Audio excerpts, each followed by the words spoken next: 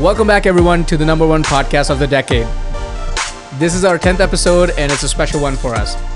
We're going to be celebrating this episode with a nice pour of blends, and we got some biscuits.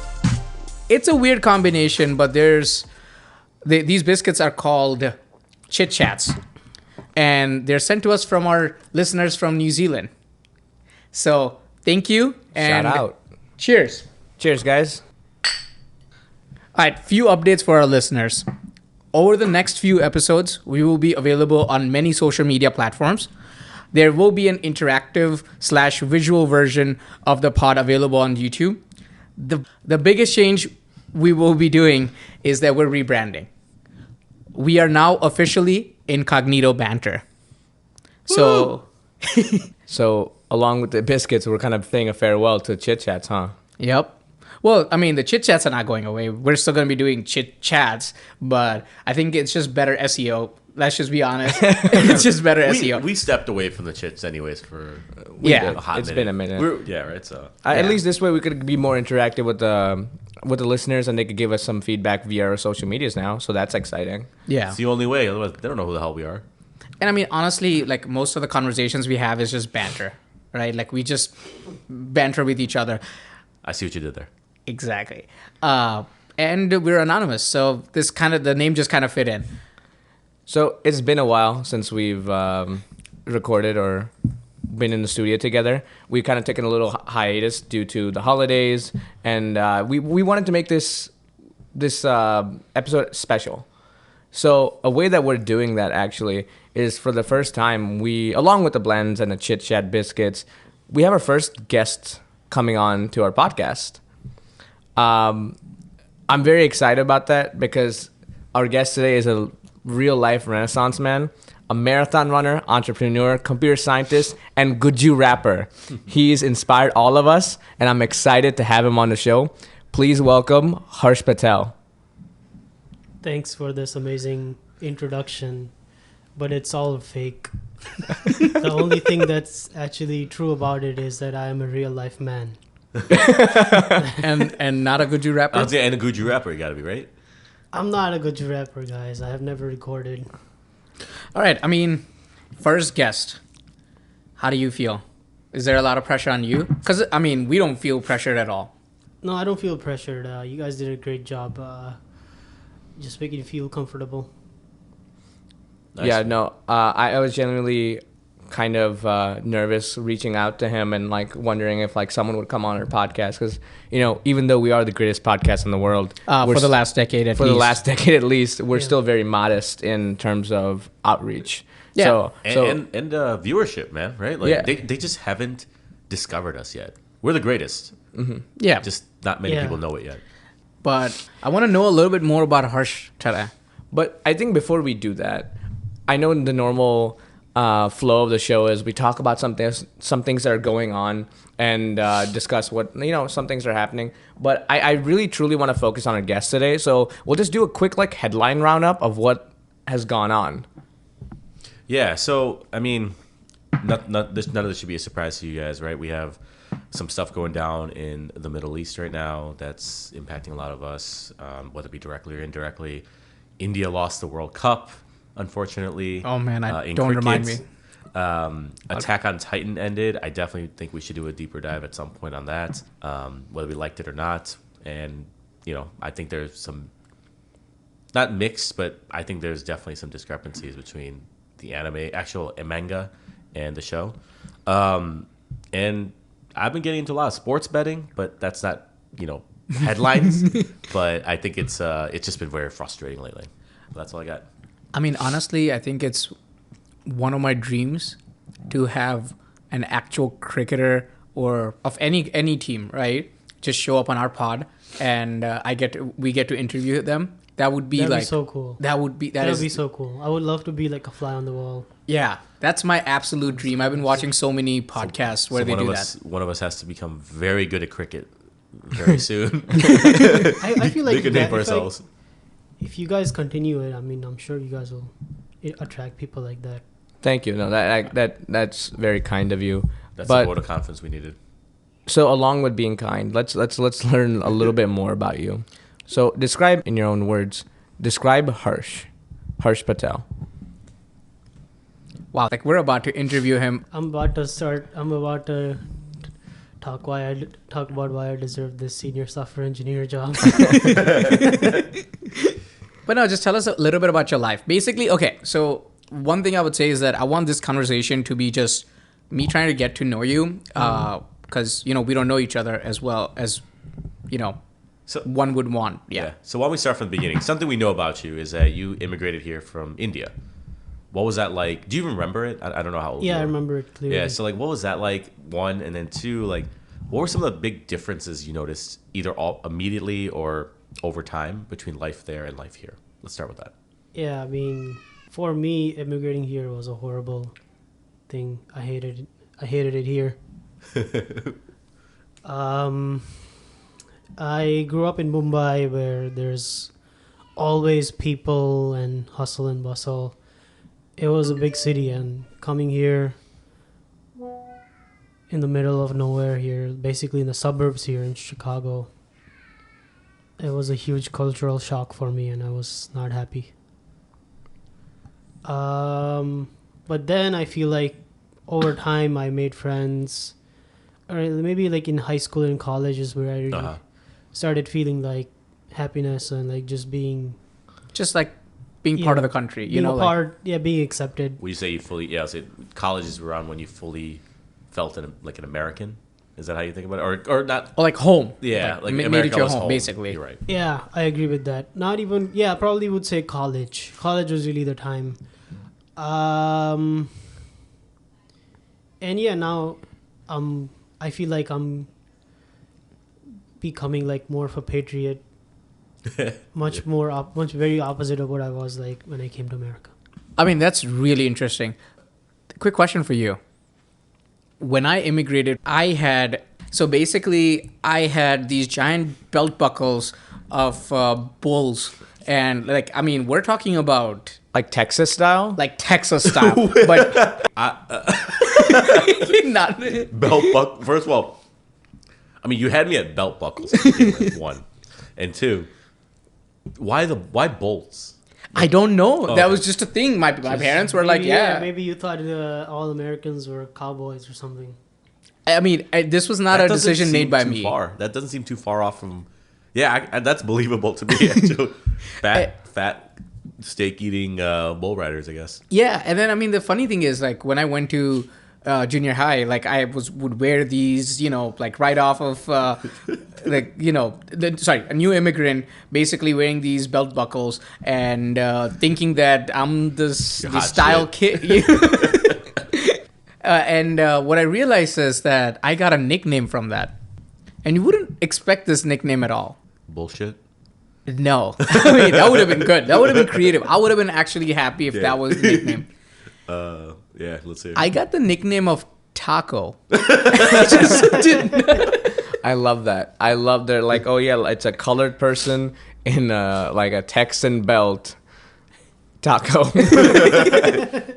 So I never understood how those things were connected. So my question to you, Harsh, is more around: did you have any of these instances where, like, I don't know, I mean, you came from India, so like I think the toilet system is very different there too. Did you have any issues there? Like, I don't know. Some embarrassing stories, or like just something you had to adjust, like something you didn't realize adjusting. Like me personally, when I first came here, I didn't know what tag was. So my first day of like second grade, these kids were nice enough to be like, hey, you're playing with us and you're it. We're playing tag. And then they all ran away from me. And I just went on with my day because I'm like, okay. All right, I'm it. It's like, when does this game start, man? Is it after school? Like, Is you're this a planning game ahead? or I'm just it? No, in my head, I'm like, these kids just fucking ran away from me. I had no idea what the word mad meant. I mean, in India, you think you're crazy. But in America, that means angry. Okay. Like, are you mad I at get me? you. And I was like, are you trying to say, am I crazy at you? I'm not in love with you, girl. Like, shit. Dang, all right. Oh man. But yeah, I like that you said girl. I know, and then you said, I'm not in love with you. So Yeah. yeah, how many girls were actually after you? If I tell you, you won't believe me. So let's just keep it at that. Respect. I really hope your wife sees this episode, like listens to this episode. I've been around enough married She men to doesn't know. believe me, so I know.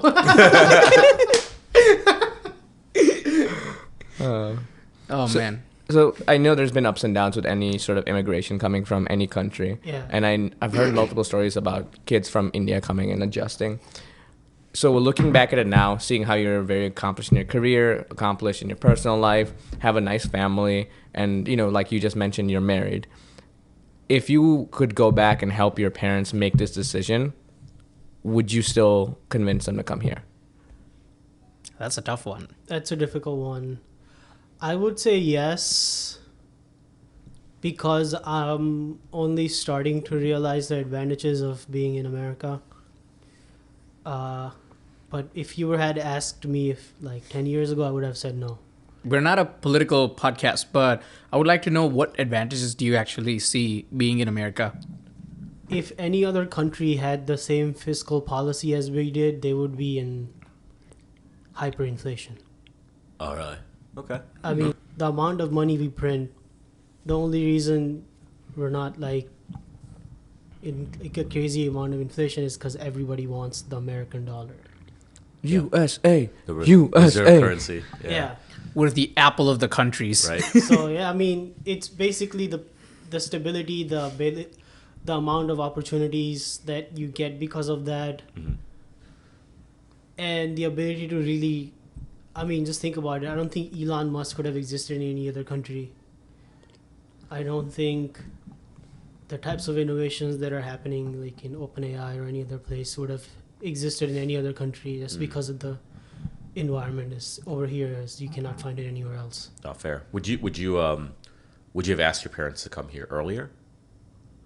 No. No. Do you think you like came at the right time, and like right now where you are, you feel like you're in a good spot, and it's just the right maturity that happened? Yeah, I think one of the people I sometimes I could listen to in interviews, Robert Kiyosaki, the guy from Rich Dad Poor Dad. Yeah. Wait, so you're saying that you listen to other people outside of us? Yeah. This is breaking my heart right now. We're an hour-long pod. People have 23 other hours, man. That's true. That's true. But I would prefer you just loop us through, like, for all 23 My hours. one view only counts once, though, right? No. No, it doesn't? Keep listening, bro. Okay. Yeah. What if we like game the system by just making a bot that keeps clicking on your videos? I think there is, I mean, they have those in different countries Like and click things like that. farms Like and click stuff like farms that, and yeah. stuff, yeah. We don't gotta talk about There was like a whole episode of Silicon Valley around it, remember? Yo. Silicon Valley has it. I mean, the South. I can say it, but South Park has done it. Right? Like, Yeah. So just doing a quick dive on your Instagram, you've lived a pretty like enriching life. You've traveled the world and you ran a marathon. What's that like? Because I know training for a marathon is like rigorous, especially doing it in such a major city like Chicago.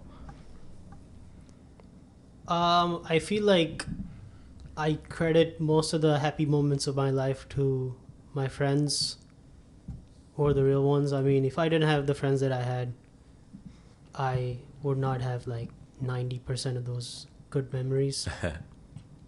Tell us about your good memories then. Give me some content. Yeah. Yeah, I mean,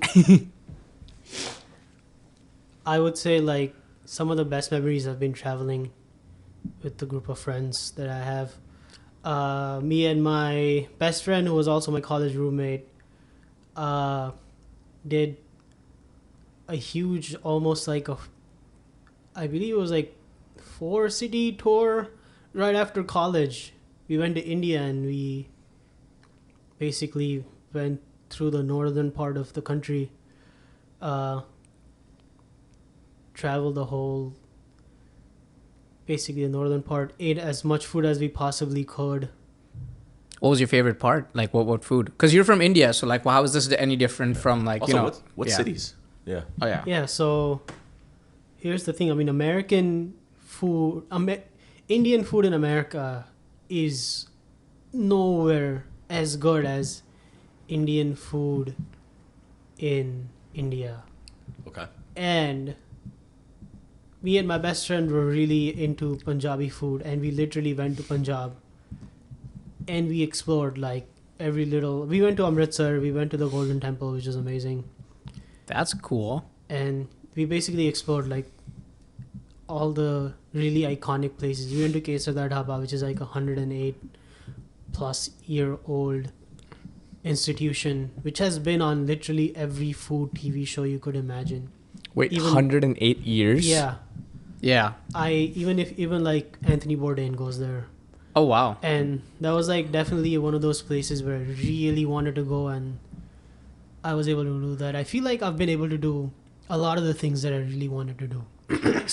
So basically, what you're saying is, well, what I gathered from this is that you're essentially a foodie. Is that the kind of content that you consume, mostly food content? Because you mentioned Anthony Bourdain. So I would say I would probably break it down like in terms of my consumption. Lately, I've been watching a lot of random cringe crap on Instagram, which I'm probably lower. I enjoy watching a lot of food content, whether it is on Netflix or Hulu or internet. Mm. I enjoy watching a lot of podcasts on like geopolitics or economics. Yeah, you seem pretty Sometimes well-versed in that. technology. okay, so you mentioned a bunch of like content that you consume. I know that you recently went through a life event. I think that's what they call it at work, right? A Yeah, life event. A life event. Yeah, You got married. yeah. So how's that been? It's been great. I love being married. It's a good time. I like. I You enjoy being married, of course. I mean, Yeah. as most of us do here, right? How was the planning process for the wedding? Because I know like Indian weddings are intense. You did get Indian, had an Indian wedding, right? yeah. Big fat Indian wedding? Yep. It was probably like a medium sized, but yeah, it was good. How many people? We probably had like 200 to 250 people. Wow. Wow, that is big fat, I think. Yeah. Yeah. So okay, the planning process. So me and my wife, we actually first we had an Indian style engagement, and that was a really good event. Actually, a lot of people that could not make it to the wedding came. Even people from India and from England and other parts of the world actually came for the engagement, which was really cool. A lot of them were not available for the wedding. Damn, Mr. Worldwide. Yeah, getting. I would say. Yeah. For an engagement, that's wild. Oh, okay. So, big fat Indian wedding and a big fat Indian engagement, right? Yeah. So, break down an Indian wedding. How many events did you guys have? What did like? Because I've been to a couple of Indian weddings myself, but I've heard that like India has a bunch of cultures and everyone does their stuff differently. So one of my friend, like I think he was marrying a South Indian girl, and I couldn't attend the whole wedding, but I only attended a part of it, and it was beautiful, the parts that I was in. So how was yours? Like we had like I think I was like there was a ceremony full of just dancing and basically eating food. I didn't see any other purpose to it. My wife and mine. My wife. Sorry. What was that? My wife. My My wife. wife. What is this, Borat? Our main goal was to have as much fun as possible at the wedding. So we had two separate events for Mehndi. Mehndi is basically where it's basically just like a small little mini party that you have. Invite people, the women of the family. They put henna tattoos, and the guys and the kids drink and chill out. The kids don't drink. I love how Yeah, that I love how that's like a thing across all cultures when the guys just hang out. You know what they say, right? They say that the wedding is a surprise party for the groom. Was it a surprise No, for you? it wasn't. No, I actually planned everything with my wife, so it was Oh. not a surprise for me. I thought he was you were gonna end end it everything. I planned everything, and I was I gonna be can't. like, I can't. I don't have the design sensibility that she has, so she has to do a lot of that stuff. I mean, you wouldn't be able to go back home, man. You would have to stay at the studio. So after that, we had a haldi ceremony, which is basically, yeah, basically have like everyone puts like turmeric on you and that whole thing, and then we like had the wedding. the spice. Yeah, you make like a paste out of it, and then you. Is there like health benefits to Bro, it, or like it's could a it superfood. You can do whatever you want with it. Yeah, even kidding. turmeric is like, yeah, this is new. Eat it, breathe it, put on your skin. yeah. I'm learning new Take things. shots. My wife does turmeric shots. Take shots. Snort it. Oh no, I've actually tried one of those, like with the cayenne pepper. It fucked up my throat. I went Oh. right back to drinking whiskey. yeah. It's it really fucks with your throat, but But that's I mean, that's because of the ginger in there. The ginger really what fucks you up. Turmeric is like it's harsh, but like get it? yeah. Hey, say what you want. Whiskey has never done to me what that turmeric shot That reminds me, if you ever end up in Budapest, there's a gingery flavored drink called 2B60, which I would highly recommend. 2B60. Okay. Okay, what's it like made out of, or like what made you recommend it? Also, what were you doing in Budapest? Tell us that. Yeah, as I remember, as I was saying, some of the best memories are with my friends. They planned an amazing bachelor trip where they even planned for me to get kidnapped, which was Wait, what? They hired someone to kidnap you, like in Taken? yeah. Yeah. Oh my God, okay, I don't think Two gunmen showed up with like full mask and military outfits, and they pretended that we were part of a civil war, and I was like the what are those people that get kidnapped? Hostages? Hostage. Yes, Yeah. I was a Oh, I hostage. was very confused. I'm like, who are the designed people, designated people? Sometimes I can't put my words. Oh yeah, no, That's- it's the same. that's totally Yeah. fine. We're all the same.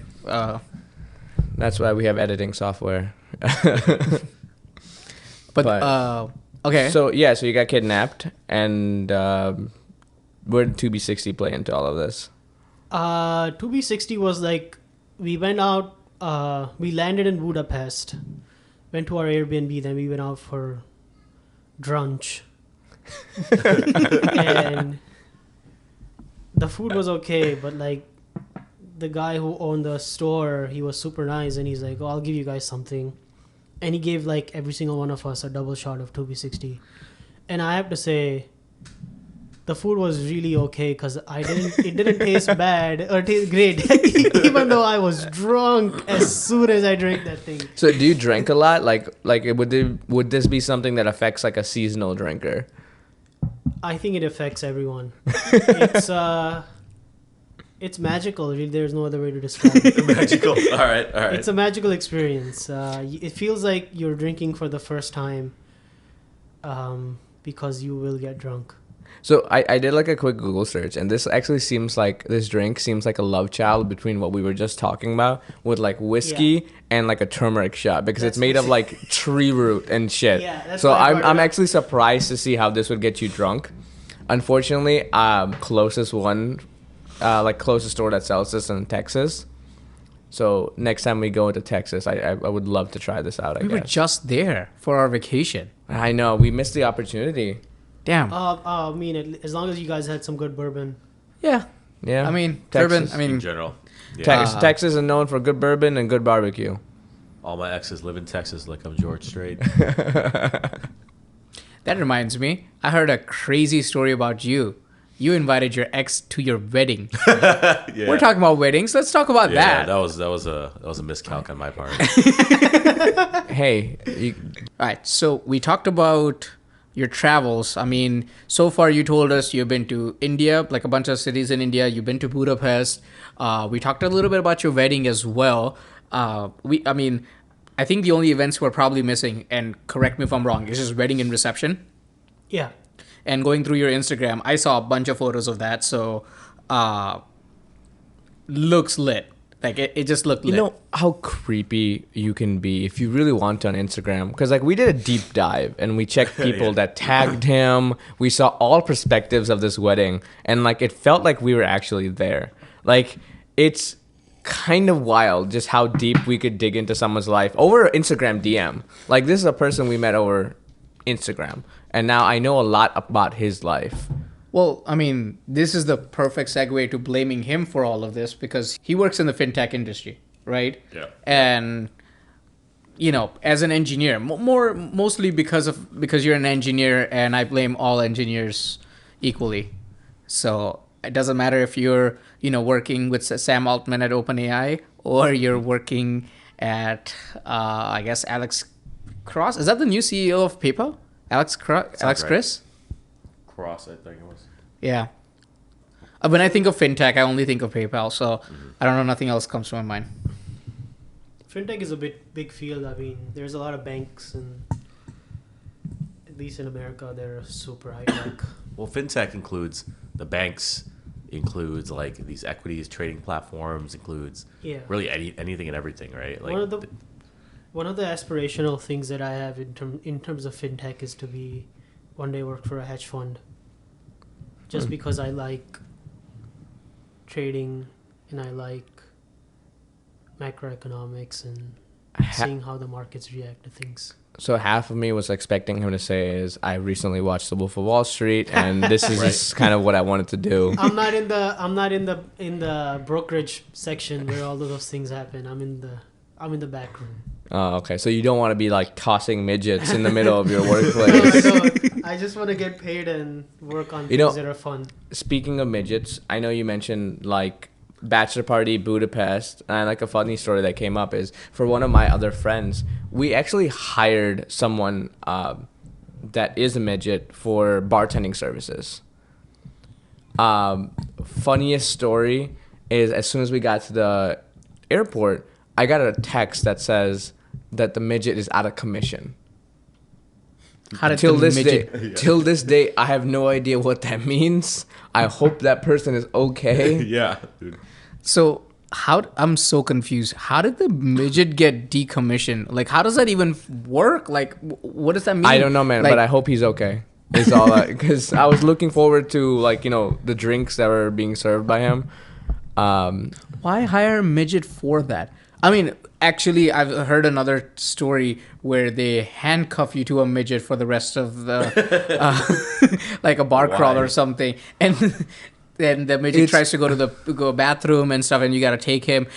I mean, it's funny, but and they're in on it, right? They know. Yeah, they know. Like, They know. Shit, we have to do now. Yeah. I mean, it's a form of business, right? Like, all of this these are services. No one is like abusing them. I think they're all very well respected in this like whole thing. everyone's consenting adults. It's it's all for fun and games. But it's still funny. Like, it's funny that like this is a thing that like, oh, I'm gonna handcuff you to another person, and they're gonna try to get you in as much trouble as possible. Yeah, imagine that. That's okay. crazy. But going Insane. back to asking questions to Harsh about his job as an engineer. So like, what would you describe as your ideal day of work or like ideal field? I know you mentioned that you mentioned to us before we started the podcast that you're actively almost wrapping up your master's program as well. Yeah. And what are you specializing in again? Machine learning. So you're specializing in machine learning. That's like the big buzzword going around, right? Yeah, I'm lucky, I guess. Ended up timing it right. Mm-hmm. 3 years ago, I read a book called Super Intelligence. It's by Nick Bostrom. He's an AI researcher. I'm not sure. I think he's from University of Cambridge or Oxford. I don't know. But I could only read really just half the book because what he was saying beyond that point seemed so sci-fi to me. But the reason why I got in was eventually we're going to be at a point where an AI could be close to a human in terms of its intelligence, or even at par with a human. But let's just say the AI is like 70% of a human intelligence. The point at which it becomes dangerous is the fact that it never stops learning, and the AI can learn all the time. And I mean, it can be consistent and exponential at the same time, right? At the minimum, it can be consistent, and at the maximum, it could grow exponentially. The potential for it to learn. Yeah, exactly. Versus a human kind of, starts going down at a certain Yeah. point. So that was really the reason. I mean, that really gave me a sense of urgency because, I really believe that singularity is near, and singularity is basically when AI is at par with human intelligence, and I just wanted to be in the field when that happened. Okay. And be able to understand it a little, or maybe take advantage of the situation and be in the good graces of the AI that eventually will. We'll take over. Be an ally. Yeah. Be an ally. We think it's funny, but I think it's going to happen. It's like the Matrix, right? Yeah. But do you think that AI has already taken over and we're already in a simulation planning to get, another AI started so it could take over and it could be like a nested infinite loop? I don't know. Sometimes I just never know. Like a version of the Matrix is what you're saying. Basically. But I mean, Matrix didn't have like another AI taking over the internals, right? What do you mean I'm internals here? So I'm saying like. So the are you saying that the AI in this scenario is farming us for ideas and creativity so that we could create something that could help improve it or even replace it for something better? No, that's not what I'm saying. But that's a good, cool subject. What I was saying is, let's say that we're already in a simulation, and inside the simulation, we're training the next, like we are creating this AI which can eventually take over and start a simulation of its own, and that it's like that nested. Rick and Morty. What was it? Sorry. That's Rick and Morty. They did that in there. That's what I'm saying. Not the Matrix. It was Rick and Morty. Yeah, they did like their own version of like Somalian pirates that were after Rick, and they did like a nesting simulation bit that they had where they kept on going deeper into a simulation. We got to talk more about Rick and Morty. It's such a cool show with just like Lots of sci-fi, lots of stuff. pop reference, like pop culture references, and yeah, it's great. But And that Szechuan sauce was actually really good. it was a good Szechuan sauce, man. They make Szechuan sauce. No, so apparently in 2000s when the Mulan animated movie was coming out, McDonald's had this promotion With their Happy Meals, where they came up with like this Szechuan sauce. And in the movie, not movie. In the show, they somehow mentioned that, like, they're inside Rick's mind. And on this mission, he stops by a McDonald's drive-thru, and he's like, "It's my own mind. I could do whatever I want." And he's like, "I want 2 fries and like double order of the Szechuan sauce." And everyone's like, "What are you talking about?" So he takes time to explain it, and he's like, "Are you really waiting while your brain deteriorates to do this bit?" And he's like, "It was the Szechuan sauce was so delicious." And because of that, everyone wanted to try the Szechuan sauce, so McDonald's had to bring it back. The power of pop culture, man. It's kind of insane. Yeah. All right. I think we have grilled Harsh today enough. I think we should move on to our next segment. And We have truly seen the light. so our next segment is one of my favorite topics, mega churches. And televangelists. Yes. Hallelujah. Yeah, I know that many people, I think including you, based on the conversations we've had, has a very big problem with the minority being taken advantage of and established institutions taking advantage of said people. Okay. And I think for a lot of people, what comes to mind, especially in America, right, is televangelists and megachurches. So do you guys know anything about megachurches or like televangelists? I think I do. When I think of mega churches, I just think of like large churches that are like self-funded or become like so big that they become like their own profit vehicles, kind of things. And then televangelists are just kind of like I'm thinking of it as like literally like church members just preaching, for lack of better words, via TV. Or maybe it's like different podiums now, but like I think of like asking for donations, having hotlines, all that kind of stuff, while on the air. Yeah, so that's actually It's actually pretty true. So megachurch, by definition, is any Christian church in America with a weekly attendance of over 2,000 people. So there's like stadium size like churches or any place of worship. Wow. Like some notable people. Is Tony Robbins considered? No, sorry, not Tony He's Robbins. It's not mega church. He's a it's- motivational speaker. Yeah, sorry. I was thinking of someone else. he's not mega. Joel he's Osteen. Joel Osteen is the one I Yeah, was so thinking Joel of. Yeah. Osteen is... he the guy that goes, why? Why? I think Wow. he's young. I think he's pretty young. Yeah, he's one of the younger ones. Joel Osteen is someone that operates a mega church.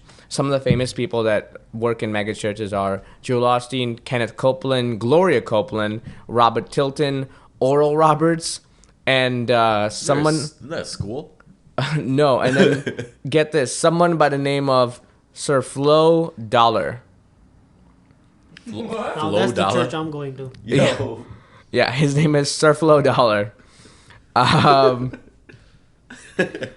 And like, you know, long has televangelist and some of these mega churches, like you said, taking advantage of lots of like smaller individuals and smaller like underprivileged people. And like just a fact to kind of like It's fear mongering, right? yeah, fear mongering. And the fact to kind of kick this off is just to provide you with some facts. In 2022, mega churches in the United States had an estimated revenue of $13.7 billion, Damn. which was a decrease from 2021 of $14.2 billion due to COVID. Oh, I was Did you say saying- billion with a B? Yes, billion with a B. And get this. It's tax exempt. All of it. Must be fucking nice. So the reason why this is a problem is because the way that televangelists and these mega churches make money is unethical in a way of seed faith. I don't know how much you guys know about seed faith, but Isn't that basically just donations? It That's what is, sounds like, but under it's guise of, yeah, go ahead. it's donations based on the principle of if you plant this seed, God will give you this money back tenfold as it grows. Man, God must have his interest racking up. Oh, you know how I told you about that guy, Sir Flo Dollar? Sir Flo Dollar is. I really like that name, actually. Yeah, My man Maybe I'm was going to change knighted. my name. He got knighted. yeah. He or she. He asked his followers for $60 million. And you know why? And you know Pocket change. And yeah, pocket change. And you know why and how he did it? This is my favorite part. By singing Flo Rida songs. No, he said, Did she have apple bottom jeans? and boots with the fur. He said, I need a private jet to be able to serve God. And you should give this to me in the form of seed faith because I know you want a house. And these are his exact words, by the way. I know you want a house, but you have $1,000 to your name. That's not going to be enough. Might as well give me the money. Oof. Oof. Sir Flo with those rhymes. Flow dollars. Bars. Did the dollars flow to him or no? They did. He did buy that jet. Wow. Cash, Cash. actually. Isn't that the guy who says cash? No, so Or is that's that some other guy? That's another guy. That's the Robert Tilton guy. Oh, yeah. He said this was actually I funny. think they need to trade catchphrases because yeah, I was gonna say, this what just is no, flows. no. This is hilarious because this guy said, "Oh yeah, I was able to buy $20 million worth of jets cash," and then when everyone was kind of like silent in his 2,000 person mega church, he was like, I sense a lot of jealousy going on right now, and we need to stop that in the name of God. He acknowledged that. He Yeah. acknowledged that? He's like, you should be happy for my like blessings and plant your seeds, so you could receive yours. Oh man. I love this guy. I love, you know, like and on paper this is so great, like it's great. It's No, amazing. on it's paper, funny. this is exactly who I want to be. But then when I look at it, But then when I you look get- at reality, I'm just like, fuck, these guys are fucking scam artists. And see, you get that. And these people have been prosecuted and charged. And like, I think Oral Roberts was convicted, but he was never put in jail. And Oral Roberts was someone that sold healing waters. He said, wow. send me money and I'll cure your blindness, your lupus, your whatever, with the Yeah. special healing waters. Until the day he died, he was able to exploit the poor and never convicted. Jeez. And the craziest instant of this, like, I don't know if you guys know about this, is Kenneth Copeland. He's one of the biggest ones to do this. He has a $6.3 million house that is completely tax exempt because technically it is registered as a parsonage, which is... What does that mean? Sorry, It's a church house that members of the clergy live in. Oh. So I didn't know this rule existed, but holy crap. yeah, so the only people that live in that house is him and his wife, of course. He has, $20-30 million worth of private jets that he frequently uses to go on hunting trips to India and all across Asia and Europe with his son. And the real evil behind all of this, in my opinion. Oh wait, we haven't gotten to the real evil yet. No. The real evil is that some of these people, and Kenneth Copeland is like notorious for this, like faith-based healing. Oh no, really? They do. I mean, I knew it existed. And It's like those videos. I don't know if you've seen those videos from India, where they have this one person, and I think they hire actors to act like they're having like a seizure or something, and then this guy's like, in the name of Jesus Christ, I heal you, and then the person is like, oh, I can walk again. Oh my gosh. Not only that, right? Those are the people who are like, if I'm meant to live, God will find a way. oh yeah, no, and they say that like a great example. I'm just like blown away. Oh no, you should be. And a great example is like this case of Bonnie Parker. This is a woman that had terminal cancer that could have been prevented. So she went to get chemo. No, she was in Kenneth Copeland's church, and his letters and his subscription service pretty much was like, donate more, do this, God will heal you. And like she would call, rack up those minutes, and they would explicitly said, they're like, hey, just give us this money, plant that seed, God will return it tenfold. And if you go to a doctor, it's a sin. It's because you're not believing enough. Yeah, don't give them your money. Give it to Yeah. us. What are you gonna do with $10,000 when you're dead? Yeah. No, The logic is sound. it's wild because Gloria Copeland, like, she's in on this too. It's a family business. Literally said on air, this is a video you could watch. You know you have cancer. You know you don't know what to do about it. But do you want to go to a hospital and get poison injected into you where you're gonna get worse? Or do you want to come to a sermon, have the voice of God penetrate your heart and begin healing? I would want the chemo to penetrate my body. Personally, yeah, I'm of the mindset of like, I'll take the chemicals. I'll take the You know poison. what? Make me weak. With the off chance of me surviving. I'll take a double. Yeah.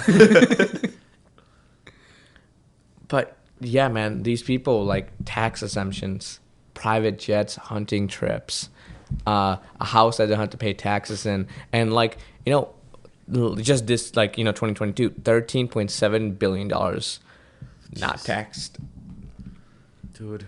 coming out of the pockets of the poor. I know we talked a lot about, like, in a previous episode, like the auto strikes and like workers' wages and like all of these things. Like, you know what people could do, like taxpayers can do, if these I'm gonna go off on a limb and say scams were taxed correctly.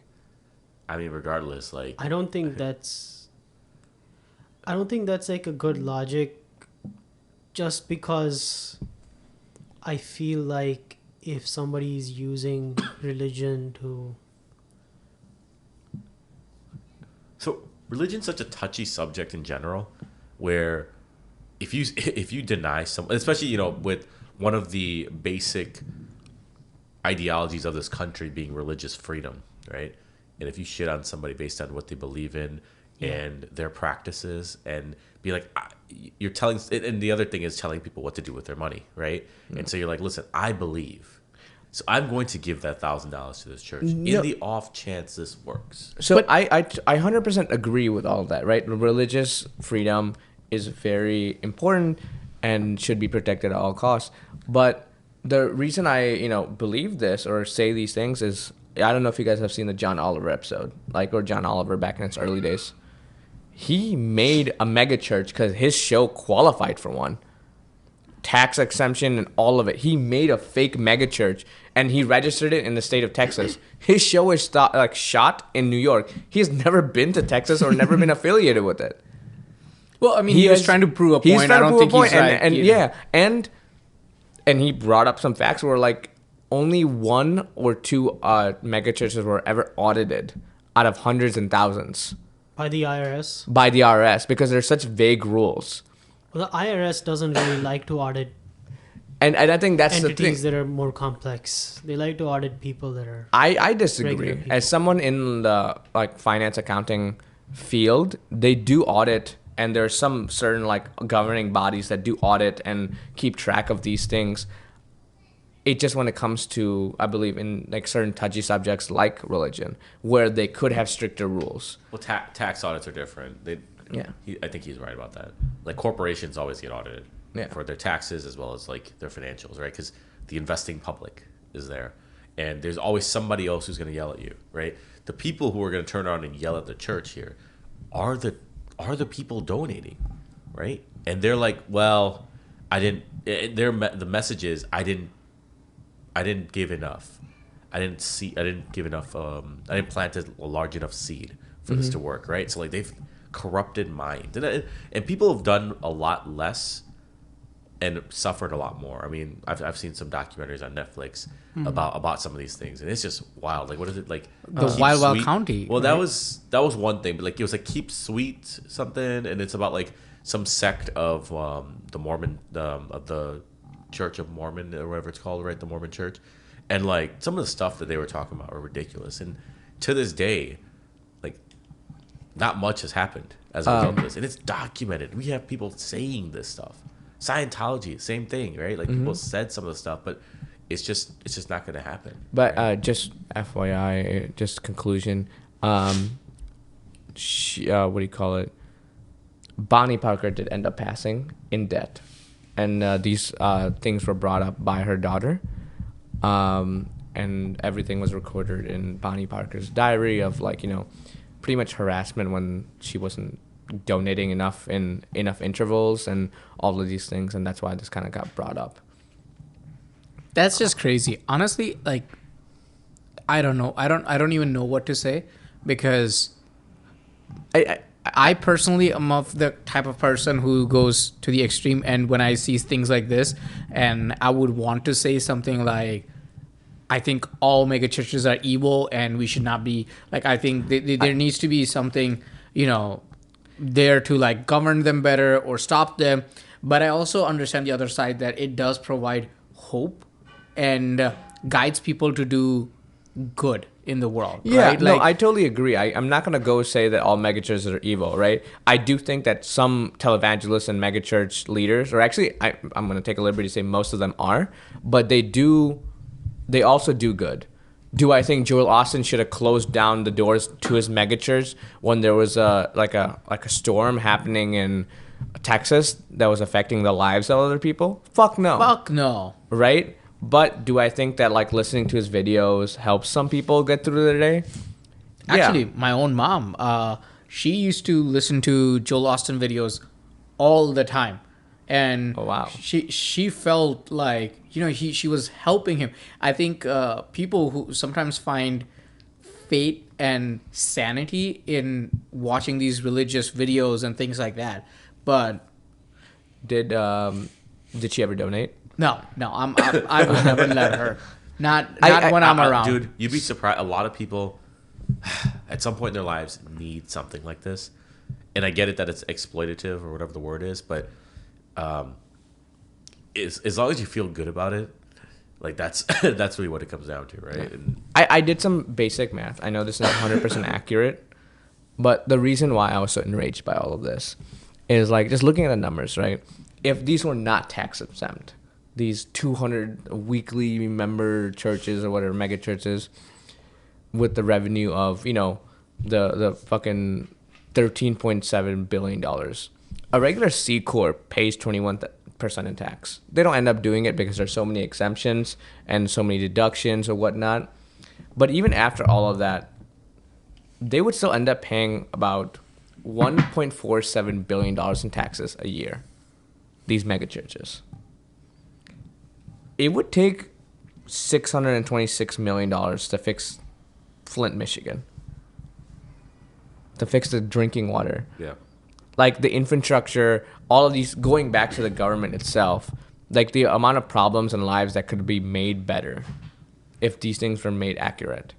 But see, you can't compare those two in my eyes. There's a lot of stuff too, because the government. There's a whole thing about how like the government on average for like the war in Ukraine spends like $6, $7, $8 billion, and there's all this talk about like, are they doing anything? Yeah, government spending, yes, but like, do I think that 10%, even if 10% of this, $1.47 billion were going to help people, I think it would go a long way. Oh yeah, if you could take that money, there's a basic premise of why people don't want to pay taxes. One, obviously, being it's more money coming out of your pocket, but two is like you don't know where it's going, right? To get an extra couple $1 billion in tax revenue, you don't know what's going to help the water situation in Flint, Michigan. You don't know if it's going to go to help build better infrastructure in places right. It's a stretch, and I prefaced that before, but it's still $1.47 billion that's being, I guess, worst case scenario, not being put on the taxpayer. I guess. I mean, it would be a drop in the ocean for the taxpayer. In my mind, I'm like, even if we eat the cost of this, right? $300 million. That's an extra $4. Can you spot me? I'm a 300. Sorry, 300 million people. Oh, sorry, I'm like I'm a people. That's $4 for each of us. Right? I'm a little short on this. okay, well, let's wrap this up. Harsh, what do you think of mega churches? What are your thoughts? What are your thoughts on this? See, the thing is, I feel like I don't want them to stop just because I don't want one or two bad apples to take away a lot of the freedoms that other religious institutions have. But I think that the only way to really fight this is through education and to educating the public and telling them what's out there, opening their minds to different ideas. I think having a open-minded public is really the best thing we can do. But that's the issue, right? That's literally the issue at hand, because it's hard to get people to believe the open mind. But I understand what your thoughts are. You ask for systematic change. I think we should have a deep-rooted change, because I do like the idea of freedom of religion. I think that's very important. But even more important is the freedom to be able to think freely about things, investigate different facts, and I think that the best thing we can do is educate ourselves more. No, I totally agree. The best thing is, but in order to protect the people, I do believe that in order to protect the people that are less educated or that are easily exploitable, we do have to come up with some things. And this would be a great way of doing it. But enough about mega churches, enough about the power of healing. Let me add one more thing, right? Yeah. So, controversial and a hot take here, but I actually support mega churches. I'm like, you know what? It's a concept that comes out of capitalism. And as long as they recognize that is what this is, it's not religion first here, right? It's capitalism first. And I fully support that one. The other side, I'll say, is that once it becomes a thing where you're telling people to not seek help and deteriorating their quality of life, to give money, and when greed completely takes over, that's when I stop to support. And so I'll just leave it at that.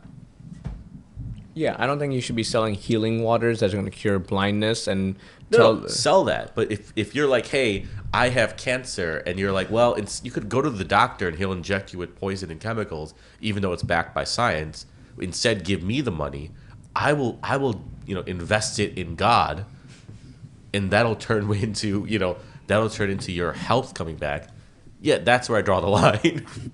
The thing with this is that this has been happening for all of humanity, and I don't think that you can regulate your way out of this. I mean, because the way it's gonna be like you regulate one church, but then some lawyer is gonna use that to regulate like some good churches or some. Yeah, no, I get that. Like, Becomes a like legal for every, precedent, right? Yeah. like for every, like, well, I forget what the church is, like, Hillsbury Baptist or whatever. Yeah. I think it was the Hillsborough Baptist Church. Yeah, for every one Hillsbury sorry. It's like a bread. You sound like Hillsbury white I bread. keep hearing Pillsbury. What's the church's It's name? like Hillsborough. It's Hillsborough. Hillsborough. Yeah, Hillsborough. So for every one, sorry. Yeah, I think Obama put them on the list of hate organizations. Yeah, so for every one, like, Hillsbury Baptist, Yo, it's Hillsborough. What the fuck? Hillsborough Baptist Just leave Church. it. I got it. This guy a Hillsbury muffin. It's Pillsbury. Dude, someone feed this man.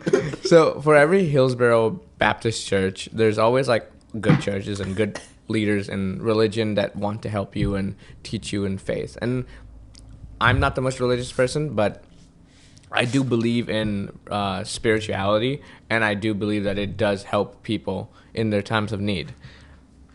I do agree that this is something that should be dealt with, but it is, like you guys, I agree, it is something very sticky or touchy subject that you can't really just have a band-aid to fix this big problem. Yeah, and I think you put it the best when you're like, you can't regulate around this. Yeah. You're right. Yeah, I think the best thing we can do is educate people. Like, some people are just assholes, and, like, Yep, that's exactly what I was going to say. and like, sometimes there's no way around it, and, like, there's some gray areas where you don't know if someone is the asshole, and I love that, because sometimes it's like, am I the asshole? I knew it. And I'm like, you know what? This guy is an asshole. The answer is yes. I love this. This takes us into our next segue of Am I the Asshole? So, Harsh, I know you've heard some of our previous pods, and I know you love Reddit stories. So we got a really good one for you, and I want all your opinions on it. And I want you to, like, you've been very, introspective and calm and reserved and listening, but now I want you to have your inner... Like Cardi B. Get unhinged. Yeah, I would unhinged like you to channel Cardi B, because that's the best way I could, like. Yeah, I think basically the unhinged version of yourself, because this one is a little bit of a doozy. Little bit. Okay. Let's do it. So it's a little long, so I took the liberty of editing this down. So let's get started. I, 18 female, have apparently been dating my best friend, 19 male, for an entire year, but didn't know until today that I was dating him. Excuse me? Why does this sound familiar? I've known him for 5 years. Different classes and courses, but the same friends group. Over time, he has genuinely become one of my best people I know, and is getting better every day. I can't lie and say he's now my type. Nerdy, charming, sweet, funny, flirty, with the right amount of awkward. He comes pick me up from classes. He plays hockey without being a douchebag to the skaters. I don't know. Is that a thing? Like, hockey is a hockey very players are aggressive. like Yeah. really It's a very douchebags to aggressive- skaters. Because they occupy the same space typically. Yeah, hockey is a very aggressive sport. Okay, I did not know this. And most importantly, gets treats for my cat. Multiple strangers have mistaken us for a couple. Even close people like our friends, professors, and worst of all, my family. He's kind of perfect, but I've never thought of putting the moves on him. He's never shown the romantic interest in me. We're friends, nothing more. Or that's what I thought. Uh-oh. Damn, if he supports whiskers. I don't think they mentioned. I'm gonna be 100% honest So with yeah, you. I would say he is not. He is not a friend. Just not friend stuff. Okay. I'm going to continue with the story. Today, he was spending the afternoon at my dorm. Something he started about a year ago, basically. He's laying on my bed, mindlessly watching Sonic cartoons, when he says, verbatim, "So baby, where do you want to go this Friday?" Matter of fact, this is the first time I've been called baby by him. So that shocked me. And instead of asking why, I froze and I was like, what's happening on Friday? Bold fucking move. I want to see if he posted on Reddit also. The other side. I That no. was the story. What? That was the story, or is No, there no, no. more? There's so much more. No. This is some master manipulator, manipulate. I respect this Jedi dude Knight now. mind trick. Yeah, this is a Jedi Yeah. mind trick. Like, this man literally would just like gaslit her into a relationship. So Leo. Inception right here, man. he turns to me and kisses me again, first thing with us, hugs my waist and goes, "Our 1 year anniversary, idiot. I'm making reservations." At this point, I'm frozen. I genuinely don't know what to say. Fucking Hall of Famer gaslighter, dude. Dude, step aside Ron Weasley. This guy. This is one way to escape the friend zone. Yeah. This is the boy who waited. Yeah. No. I don't know what the word is. Alright. I'll come back to you later. Yeah, the dude I thought was my best friend, who never showed interest in the dating thing, is under the idea that we've been dating for a whole year. I'm silent while he continues hugging me and scrolling on his phone, racking my brain thinking about what to tell him when his phone starts ringing. When his phone basically starts ringing. It's his mom, which he puts on the speaker, and she deadass goes, "Hi, are you still with your girlfriend?" He got his moms into this? Yeah. Bro, So this is Some the people really have supportive parents. Yeah, I would be so pissed because as the guy, like him, I'd be so pissed. I'm like, dude, 1 year and she is not put out at all. That's wild. That, like, listen, if him hugging her is something like, and they're just chilling on bed, is not something that she finds weird, which she didn't, because, like, you know, the other stuff where he called her baby, she called out, but this she didn't. well, they're just chilling next to each other. What best They don't friend? need to What's a girl best friend in college that you had that you cuddled with on bed on her bed? No, he wasn't Pretty cuddling sure before. she finds About this you. weird too. Yeah. But like, yeah, she didn't seem taken aback by the hug. It was the kiss. No. It was a long. She's all being, of she, the whole thing. the whole thing, the Yeah. hugging happened that has never happened before, like the waist hugging, right? You know, Oh, okay. I get this you. was all first So time. he got his I- moms to like gaslight her. So listen up. The whole family's involved. He may have in this gaslit game. his mom. Mastermind, dude. This guy went from like basic simp to mastermind in all in one sentence. Dude, game recognizes game. So basically, she goes, "Oh, so now his mom thinks we're dating too?" He tells her yes. Asks why she called. She asked for help with the private stuff that I would not divulge here. He turns to me and goes, "Sorry, I'll be back in a bit, sweetheart."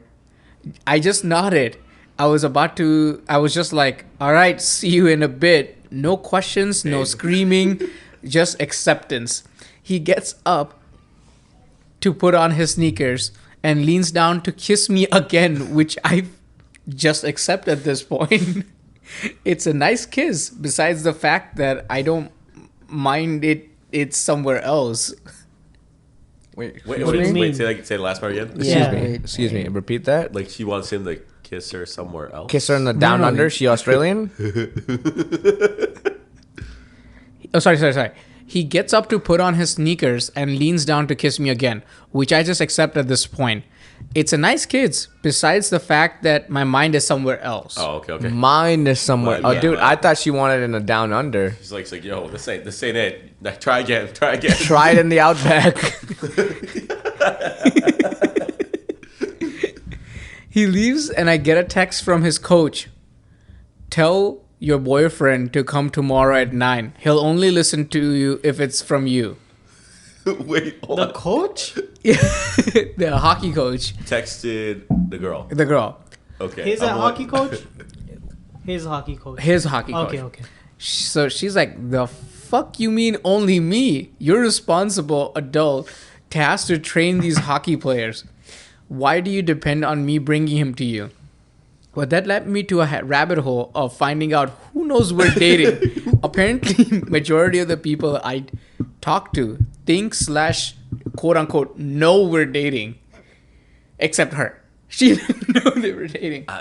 This refers back to the whole thing what Harsh said, where it's like the wedding is a surprise party for the groom, but like this is the flip side of it.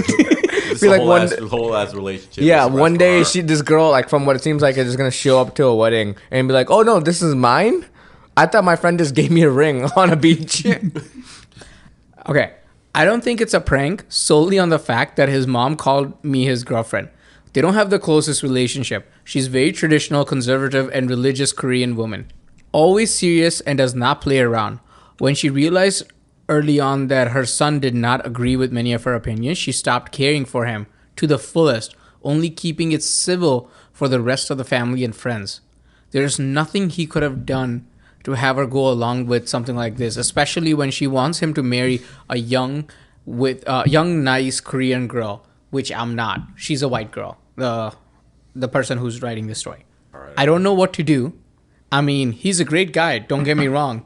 And if the last 5 years are anything to go by, he would be / is question mark A great great boyfriend. I love this. Yeah, no, you're not getting Korean moms on no pranks, dude. I could tell from experience, Korean moms don't fuck around. Maybe even in the future, a husband. But I've never looked at him that way. So I can't say I love him. When this occurred, it was like the glass shattered and I saw him completely different. And the way he looked at me and the way he talked with me and the stuff, nothing was basically the same. I can't sit here and pretend I love him like that. I wasn't thinking about him in that sense at all this time. But on the other side, I don't want to hurt him. He clearly thinks that we have been together for that long, so he has to have strong feelings for me. And I don't want to step on them and scar him like that. I can't just keep dating him though. Something that I've apparently been doing for the last year.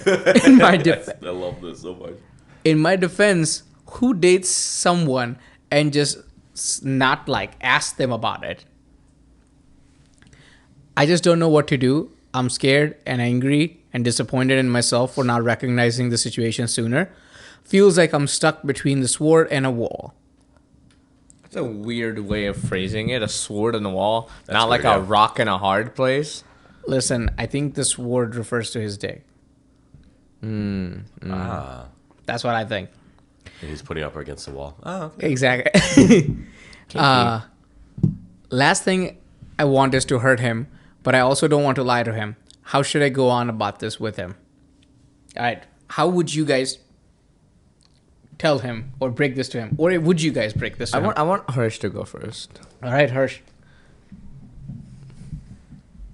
Okay, so I guess first things first, is she the asshole? No, I don't think so. I feel like she's clearly in a relationship with somebody who's either she's completely delusional. Oh, she's completely Wait, Either wait, she's wait, is this an Am I the completely- Asshole? Yeah. No, okay. I was wondering because I'm like, it doesn't feel like. Yeah, okay. Sorry, go So ahead. there's like one of two possibilities. Like either she's completely delusional and she just doesn't want to accept the fact, and I'm sure like they've had conversations and she's not remembering them, which is less likely. So I think that she's basically getting manipulated by this guy. So she's not the asshole in this situation. I think she should be clear and Just tell him, right? just tell him, because How would you tell him? More Imagine me being the guy and you're the girl. And can you tell me exactly what you would say in this situation? Harsh, I'm telling you, we've been dating for a year now at this point, and you have no fucking clue. And your wife doesn't know either. Like, by the his way. name is Doyun. Like, imagine his name is Doyun. He is your best friend for the past 5 years. You feed his cat. How'd you come with the name Do Yun? It's a very stereotypical Korean name. Is that right? Okay. Yeah. And your wife doesn't know. So go ahead. I mean, I totally get like what type of awkward situation this person is in. This is a difficult conversation to have. I feel like I would just I don't know. I mean, I guess you just kind of have to tell them that you're Delulu. You're Delulu, my friend. Delulu. We've not been dating, and this isn't happening. And get lost. But if you want to play your ace card, you can tell literally everyone in your family and everyone that you know that he's your brother, and reverse Uno on this guy. Uno reverse. I like that. Gaslight the gaslighter. Gaslight the gas. I love Gaslight this. the That's throwing gaslighter. propane. Yeah. Just What about the rest of you guys? What do you guys think? All right, let me go real quick because mine's not that not too hot of a take here. To be sensible here, she's in an interesting situation, a position here right now. She can just either go and tell him, be like, "Hey, listen, I didn't know about this, blah blah blah," and look like an idiot, or test the waters. Be like, "Hey, what is it like to be in a relationship with this guy?" First of all, does she want to? It seems like she's mixed. Whether she says yes or no, but she hasn't really committed to anything, right? She's just more like, I never saw him this way. I never thought of it that way. But now, like, the floodgates are open. And now you know how many other people already think this. And if it doesn't work out, break up. Yeah, I can't do that. Sorry. That's Like- just not Like, no, clearly this is not a physical relationship. No, this is not an option for me. I will not be gaslit like this. For 5 years into a relationship, I will not be Well, gaslit. it's Not 1 5 year. years. It's 1 year. It's The 1 year. relationship is 1 year. what- They've just been friends for 5 years. I will not be gaslit yeah. like this. I feel like going into no. a relationship like this can backfire real bad because you don't know what type of crazy thing this person has done behind your back. Not even that. Like, I will not be gaslit. I will not. This is not it. I'm sorry. So- I will be very like. I'll just be. I'll fuck another guy if I was this girl Well, the whole thing is, I don't think. to prove a point. To prove a point. I will say this. So you would fuck another guy? If I was this girl, yes. Okay. I said that the first time too. Asshole. I don't know, man. I don't know. One thing I would say is, do you guys think the story is over? I didn't think so, but I thought so. That's what I was led to, but maybe I was just getting gaslit. Oh, Yeah. So, okay, listen. He's the good sir, boyfriend. you guys got gaslit. Yeah. So the last thing I'll just say is this: is like, it's because I'm a curious person. That's the only thing. Like again, no. If another month goes by, and That this is sounds like, sexual. and you find because now you know that there's shit going on outside of your purview. I guess I don't know how fucking stupid So this chick is. here's my perspective on it, right? Even if I want to pursue a relationship with this person, I would have a very different conversation where like, hey, and I called him out. We're like, yo, this was not it. I'm not gonna get gaslit into a relationship by your manipulative ass shit. What the fuck? Have you guys heard And of if left I turns? don't, Well, if I don't, then Well, I'll fuck another dude if I was the a whole thing is, girl. I think we're missing another. It just keep funny. I keep fixing it, and you say, "I'm gonna go fuck another dude right now, right now." I keep the thing I think we're missing is that I keep thinking that there's something like a conversation that happened that she just like forgot, or she has like some disease or something that she forgets. Have you guys seen the movie 50 First Dates? How she Yeah. fucking forgets everything every day. So Yeah, wait, I have a I question. That was like my first potential No. situation. Yeah. So have you guys heard of right turns? Yeah. What about- Yeah, you take a right turn. Yeah, we're about to take a left turn. Dang, and that's harder. That's harder to do here in the States. Why am Yeah. I getting so much gaslight podcast? Welcome to the podcast. Welcome to the Welcome podcast. to the pod. All right, so here's an update. Before you comment, I've sent a text to Meetup, and I somewhat already know what I'm going to say. I'll try to do an update post after 48 hours. 48 hours. Avers from New Jersey, motherfucker. Damn. Things to clarify. I understand that not kissing and taking slow, so these are a bunch of people asked questions and she answered it. Basically, the not kissing part and they're basically taking it slow because of the religious aspect of things. She's white and she wasn't born in Korea, neither was he. Was not born in Korea. He was Korean, but his family still upholds traditions even in a foreign country. They did not have pet names because apparently the comments were like, if you're in a relationship for a year, wouldn't you have like nicknames and pet names for each other? And she's like, no. I have nicknames for friends that I absolutely despise. A nickname for people I've just met. It's like stinky toes. I think that's very common in an immigrant culture where you are known for your most prominent physical feature. If you're bald, then you're the bald guy. If you're fat, then you're the fat guy. So apparently they did not have any pet names because there was no relationship. So now here comes the proper update. Turns out he's just dumb and sad, or maybe crazy and psychotic. I did give him too much credit and benefit of the doubt. I read a lot of comments and messages that were sent to me privately on what I should do. Now, to be honest, I don't remember much because I wanted to cry from the moment he started talking. Also, I was quiet and only spoke very little because I did not want to make this scene, wanted to become a bigger scene than it already was. I just let him talk for a few hours and then dipped.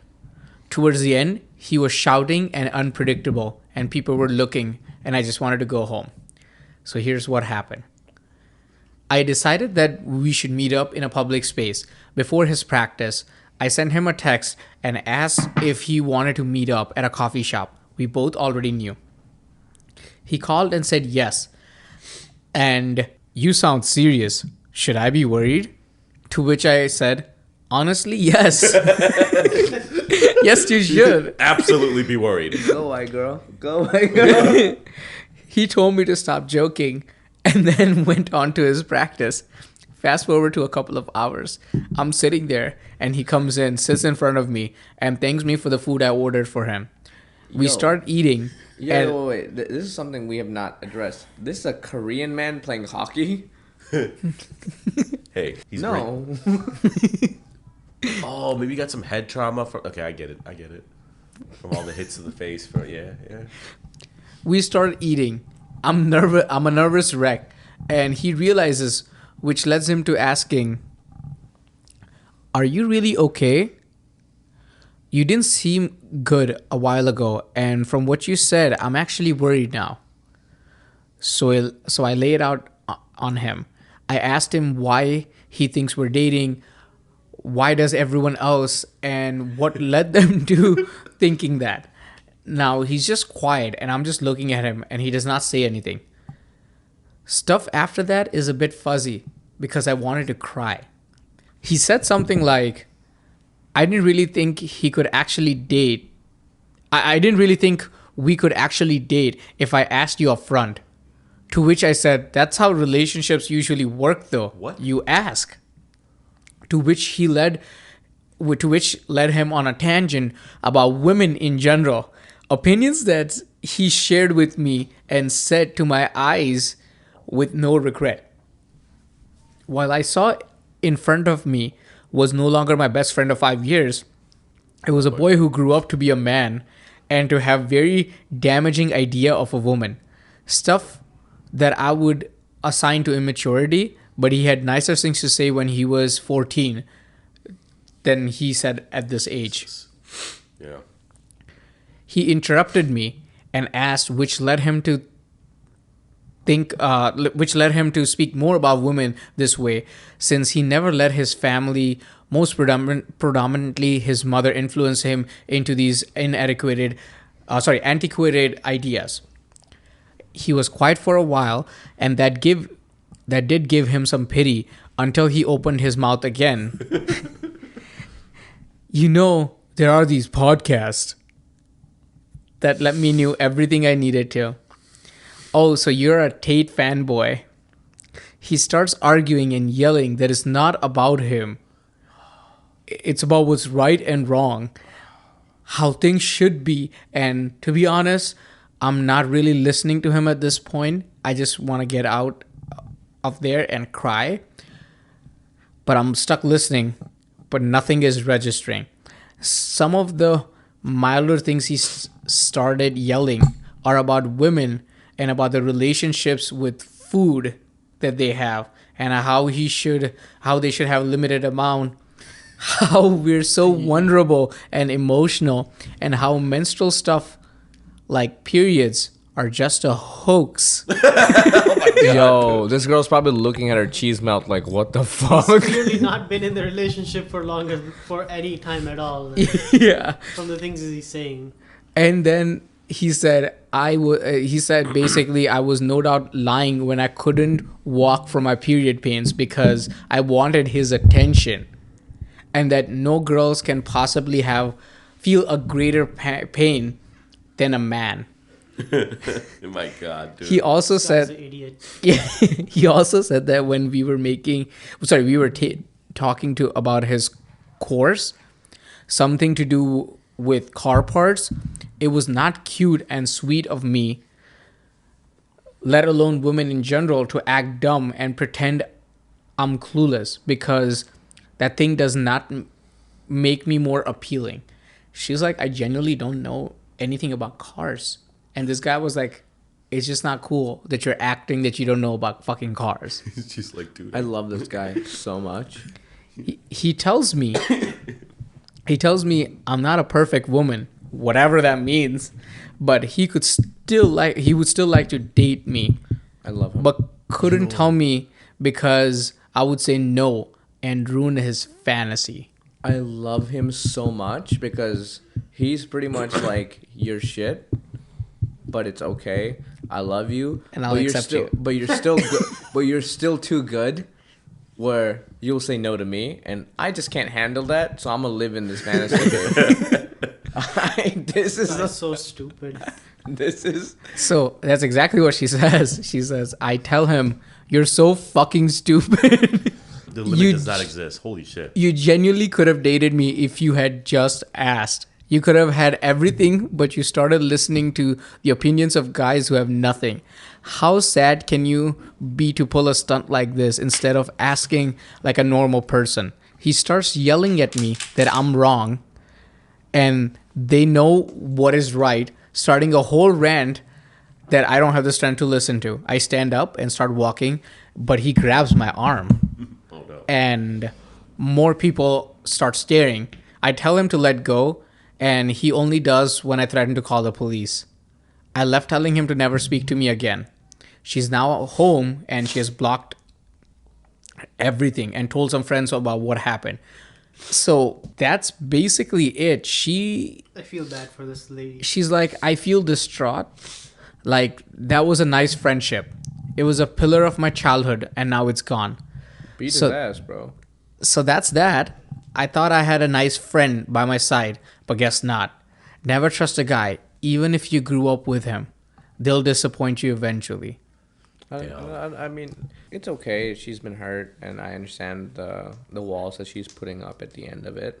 I'm not gonna go too deep into that, but like this guy, like master manipulator. I Yeah. love it.